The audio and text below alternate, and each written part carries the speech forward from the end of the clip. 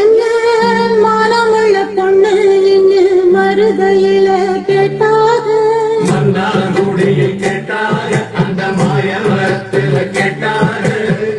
சீர்சனத்தியோட வந்து சீமையில கேட்டாக அந்த சிங்கப்பூரிலும்